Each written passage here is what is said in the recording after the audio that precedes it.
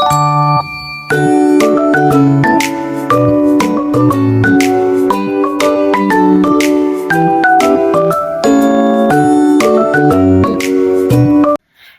mga ante! For today's video, i-share ko sa inyo kung ano ang mga naging experience ko kung paano ako nakapag-cross country from Taiwan to Czech Republic.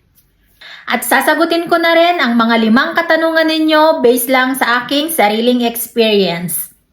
Disclaimer lang mga ante, hindi ako nagpro-promote ng agency, hindi ako agent at mas lalong hindi ako recruiter. Sa mga hindi nakakaalam, ex-factory worker ako sa Taiwan. Nakaisang kontrata ako doon bago ako nag-apply papuntang Czech Republic.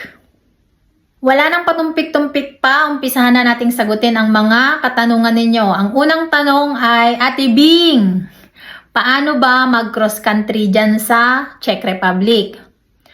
Unang-una guys, sa mga aspiring na kababayan ko dyan, na factory worker sa Taiwan, kung gusto nyong mag-cross country dito sa Czech Republic, maging wise kayo sa pagpili ng mga agency na a-applyan ninyo.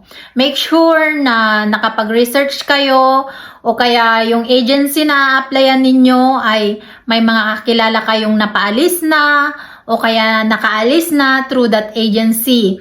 Kasi marami ngayon ang nai-scam pagdating sa pagpunta dito, pag-cross country dito sa Europe. Kaya guys, please lang, maging aware kayo sa mga bagay na yan. Maging matalino kayo sa pagpili ng agency na a-applyan nyo. So, please do the research, okay? So, yun nga ang unang ginawa ko. May mga katrabaho ako dati, narinig ko na, nalaman ko na tong agency na to ay doon sila nakaalis. Yun yung agency na yun ay alam ko, aware ako na legit. So, hindi na ako nagdalawang isip, hindi na ako kinabahan na scam siya. So, ang ginawa ko, nag-apply ako through this agency. So far, 'di ba, nakarating naman ako ng Czech Republic, hindi ako na-scam. So legit siya para sa akin. Yun ang unang gagawin nyo, guys. Mag-apply kayo sa mga legit na agency diyan sa Taiwan. Kung saan man kayo bansa na mag-apply. Pangalawang tanong, Ate Bing, ano ang agency mo? Ang agency ko ay Steward Employment Agency. Online processing siya, nakabase sila sa UAE. Ang communication namin through WhatsApp. Kung may mga katanungan kayo about sa details ng agency ko, meron silang Facebook page, meron din silang TikTok. Makikita nyo doon ang mga details ng mga agent. So, kung may mga inquiries kayo about sa mga available na job offers, pwede nyo silang i-personal message. Tapos, kung nasa Pilipinas ka pala, wag nyo nang subukang i-search ang agency ko. Kasi hindi nyo sila masasearch sa Facebook. At hindi ako sure sa TikTok kung masasearch nyo din sila. Pero, kung ikaw ay OFW na nakabase sa Hong Kong, Taiwan, Qatar, Malaysia, hindi ko na alam yung iba pa. Saudi Arabia ata. Oh, makikita nyo sila. Pero sa Philippines, hindi. Pangatlong tanong. Ate Bing, ito yung pinaka gustong-gusto kong sagutin. Yung sa about sa placement fee. Kasi yung iba, kino-convert pa nila sa peso. Kaya wag na kayo mag-convert guys. Kung nandiyan kayo sa Taiwan. Kasi medyo may kalakihan siya. So, ang placement fee ko ay 120,000 Taiwan dollar. Taiwan dollar siya kasi nga sa Taiwan ako nag-apply. So, yung 120,000 na yon, hindi mo naman kailangang i-full agad-agad yon. So, yung first payment, yung 30,000, pag nakapasa ka na sa interview at meron ka ng job offer, mag-uumpisa na ang pag-process ng papers mo. So, yung pangalawang payment, yung 70,000, yun yung meron ka ng schedule ng visa appearance. Yung pangatlong payment ay 20,000. Pag nalaman mo na na-approve ang visa mo at bibili na ng plane ticket, so kailangan mo nang i-full ang 120,000. Guys, yung 120,000 na yon, placement fee lang po yon. Babayaran lang po sa agency yon para sa pag-process ng mga documents. Wala pa po doon yung mga ibang babayaran nyo. Like for example, pag pumunta kayo sa visa appearance sa embassy, magbabayad kayo doon ng 8,000. Pag nagpa-translate kayo ng mga documents nyo, may babayaran din doon.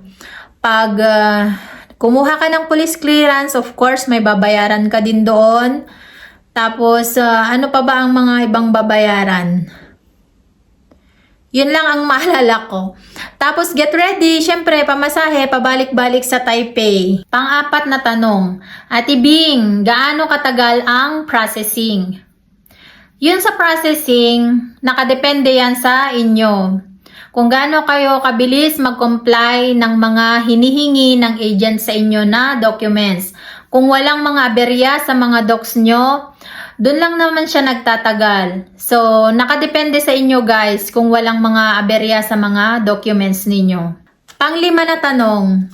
So, ito na yung last na tanong na sasagutin ko for today's video. So, ang tanong ay, Ate Bing, ano ang mga requirements?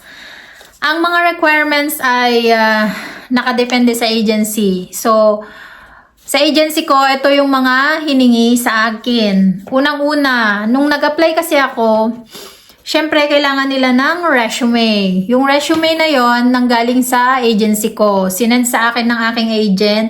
Tapos, ang ginawa ko lang, finill-upan ko yung form na yon. So, yun yung unang requirements. Pangalawa, pag pumasa ka na sa interview, hihingin na sa iyo ang mga list of requirements like COE mo sa company, tapos sa company ID, police clearance, NBI. Yung NBI, nagbigay lang kami ng authorization, pero ang nag-process sa Pilipinas ay ang agency namin. So, bali pinicturan lang namin ang aming old na NBI, tapos sila na ang kumuha para sa amin. So, after that, kumuha rin sila ng apostille of documents sa Pilipinas. Tapos, nanghingi sila ng scan na passport, PDF yon. Tapos, pati yung ARC, naka-PDF yun guys. Tapos, pag nakuha na ng agency yung NBI, apostille, isi-send sa'yo sa Taiwan. Tapos, after mo ma-receive, isi-send mo rin para ipa-translate. After ma-translate yung documents na yon, isi-send back sa'yo para yun yung ipapasa mo sa visa appearance sa embassy sa Taipei. Yun lang naman guys, yung mga documents na kailangan. So, ayun na nga guys, natapos ko nang sagutin ang mga ilan sa mga katanungan nyo sa akin. Kung meron mang hindi klaro sa inyo, pwede nyo akong i-personal message sa aking Facebook page, Bing Lupani. Tapos, pwede rin po kayong mag-comment dyan sa mga ilan sa mga katanungan nyo sa akin para may magawa akong content sa susunod. Yun lamang po, sana nakatulong. Ahoy!